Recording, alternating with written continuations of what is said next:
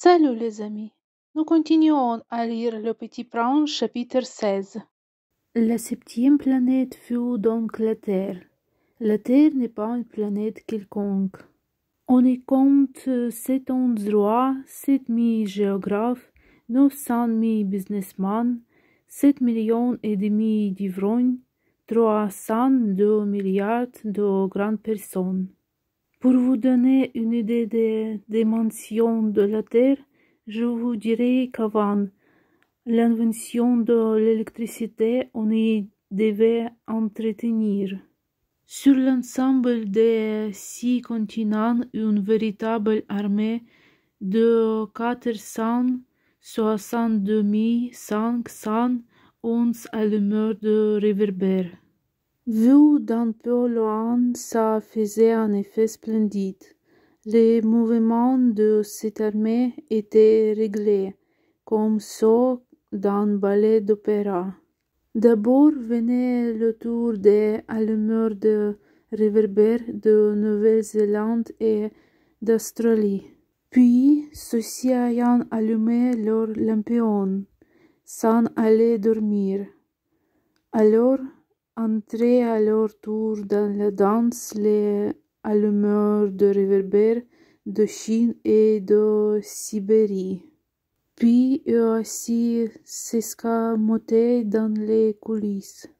Alors venait le tour des allumeurs de réverbères de Russie et d'Inde, puis de ceux d'Afrique et d'Europe, puis de ceux d'Amérique du Sud, puis de ceux d'Amérique du Nord. Et jamais ils ne se trompaient dans leur ordre d'entrer en scène. C'était grandiose.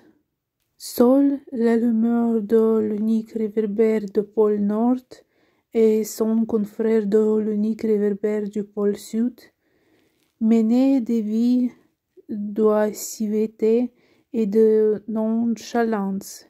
Ils travaillaient 2 fois par an. Le chapitre est terminé et nous continuons à lire Le Petit Prince chapitre 17. Quand on veut faire de l'esprit, il arrive que l'on mente un peu. Je n'ai pas été très honte en vous parlant des allumeurs de réverbères. Je risque de donner une fausse idée de notre planète à ceux qui ne la connaissent pas. Les hommes occupent très peu de place sur la Terre. Si les 2 milliards d'habitants qui peuplent la Terre se tenaient debout et un peu serrés comme pour un meeting, ils rangeraient aisément sur une place publique de 20 000 de long sur 20 000 de large. On pourrait entasser l'humanité sur le moindre petit îlot du Pacifique. Les grandes personnes, bien sûr, ne vous croiront pas. Elles s'imaginent tenir beaucoup de place. Elles se voient importantes comme les baobabs. Vous leur conseillerez donc de faire le calcul. Elles adorent les chiffres, ça leur plaira. Mais ne perdez pas votre temps à ce pensium.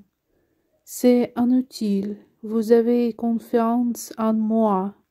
Le Petit Prince, une fois sur terre, fut bien surpris de ne voir personne. Il avait déjà peur de s'être trompé de planète, quand un agneau couleur de lune remuait dans le sable. « Bonne nuit, fit le Petit Prince à tout hasard. « Bonne nuit, fit le serpent.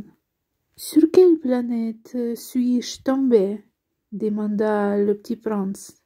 « Sur la Terre, en Afrique, répondit le serpent. « Ah, il n'y a donc personne sur la Terre?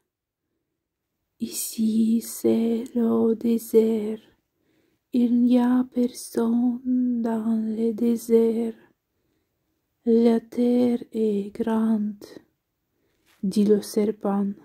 Le petit prince s'assit sur une pierre et leva les yeux vers le ciel.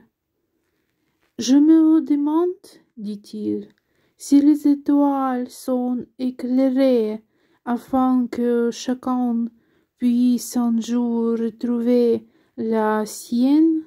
Regarde ma planète, elle est juste au-dessus de nous, mais comme elle est loin. Elle est belle, dit le serpent. Que viens-tu faire ici? J'ai des difficultés avec une fleur, dit le petit prince. Ah, fit le serpent, et il se tut. Où sont les hommes? Reprit enfin le petit prince.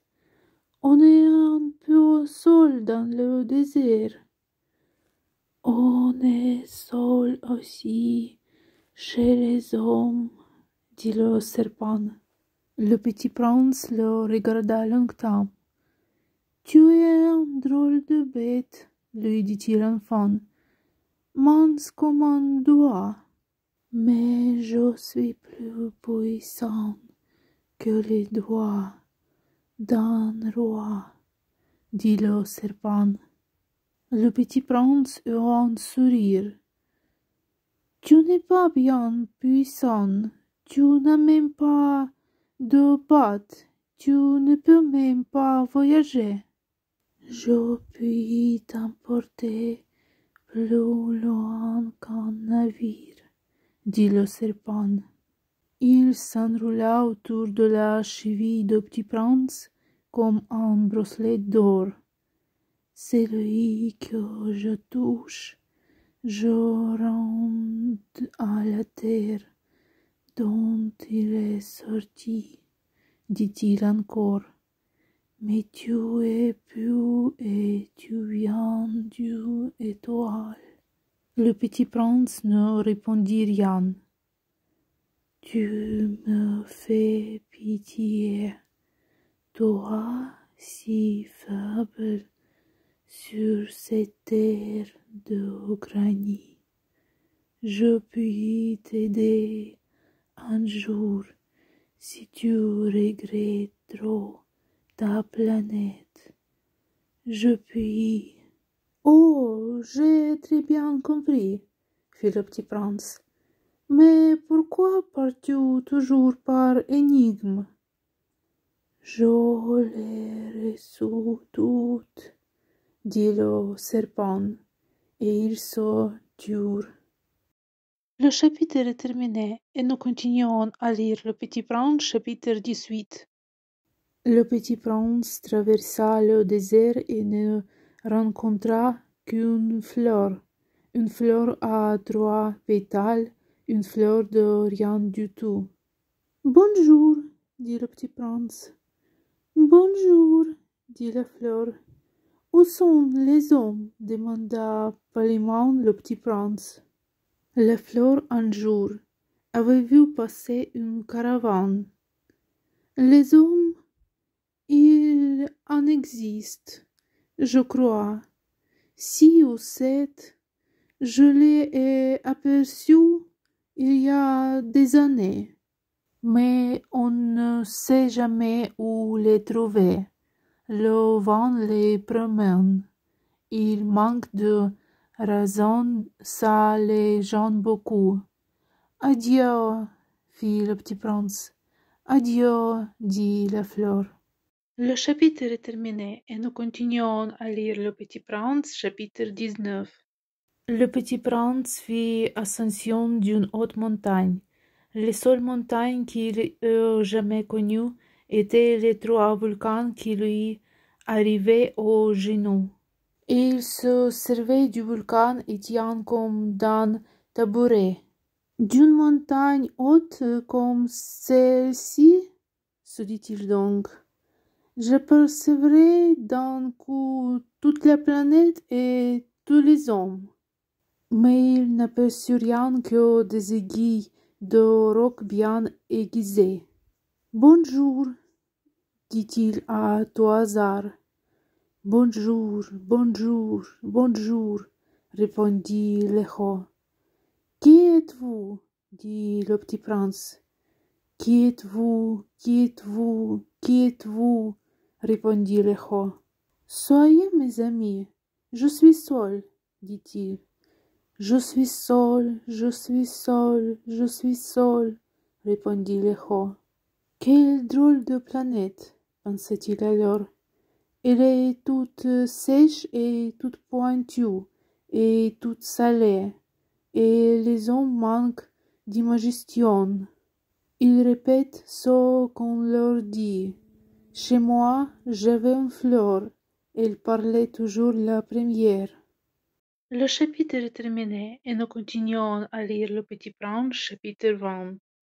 Mais il arriva que le petit prince, ayant longtemps marché à travers les sables, les rocs et les neiges, découvrit enfin une route. Et les routes vont toutes chez les hommes. Bonjour, dit-il. C'était un jardin fleuri de roses. Bonjour, dirent les roses. Le petit prince les regarda. Elles ressemblaient toutes à sa fleur. Qui êtes-vous? Leur demanda-t-il stupéfait. Nous sommes des roses, dirent les roses. Ah, fit le petit prince. Et il se sentit très malheureux. Sa fleur lui avait raconté qu'elle était seule de son espèce dans l'univers, et voici qu'il en était 5000 toutes semblables dans un seul jardin.